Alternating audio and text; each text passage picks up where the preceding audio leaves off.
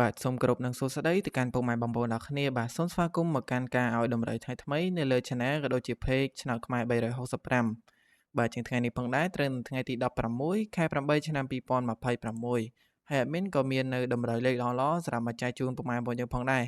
បាទសម្រាប់ការពីម្សិលមិញគឺ admin អាចបានចេញវីដេអូតម្រូវទេម៉ែបងប្អូនយើងបាទ admin ជាប់ឈឺបាទរវល់ទៅពេទ្យបាទ admin ក៏សូមការអធិស្ឋានផង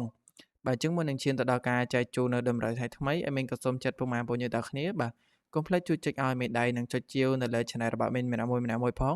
បាទសម្រាប់ពុកម៉ែបងប្អូនយើងដែលកំពុងទស្សនានៅលើ Page បាទកុំភ្លេចបាទជួយចុចឲ្យមេដៃបាទនិងចុច Share និង Follow ឲ្យ admin ម្នាក់មួយផងបាទក្រោមជាការផ្ដល់កម្លាំងចិត្តដល់ admin ផងដែរ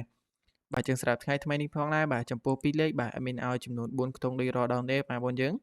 បាទជាងសម្រាប់គ្រាប់ទី1 admin ឲ្យលេខនៅលេខ32បាទសម្រាប់គ្រាប់ទី2គឺ71ស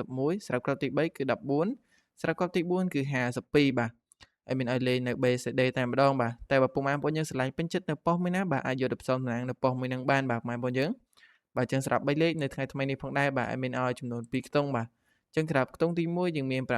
សម្រាប់ខ្ទង់ទី2គឺ042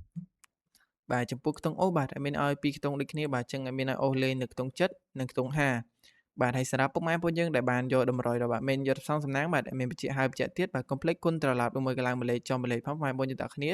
សម្រាប់ពីរលេខពុកម៉ែបងប្អូនយើងគួរតែឡើងមួយលេខចុះមួយលេខរងវាបាទរងវាចោលទៅព្រោះភាគច្រើនតម្រុយរបស់ admin បាទគេថាស៊ីមួយលេខឬមួយក៏ពីរលេខទេបងប្អូនយើងបាទចំពោះ3លេខពុកម៉ែបងប្អូនយើងគួរតែលេងគុណបាទប៉ុន្តែយើងលេងត្រង់ល្អតែម្ដងគឺមិនងាយបានចូលទេហើយសម្រាប់ខ្ទង់អូសពុកម៉ែបងប្អូនយើងឆ្លាញ់ពេញចិត្តនៅខ្ទង់មួយណាអាចយកខ្ទង់អូសមួយនឹងទៅផ្សំសំណាងបាន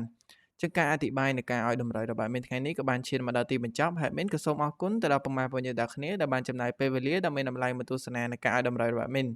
admin ក៏សូមជូនពរហេងសំណាងល្អគ្រប់គ្នាតែម្ដងចឹងជួបគ្នាជាមួយ admin ម្ដងទៀតនៅថ្ងៃស្អែកតាមពេលវេលានឹងម៉ោងដដែលបាទ admin សូមអរគុណនិងសូមគោរពលា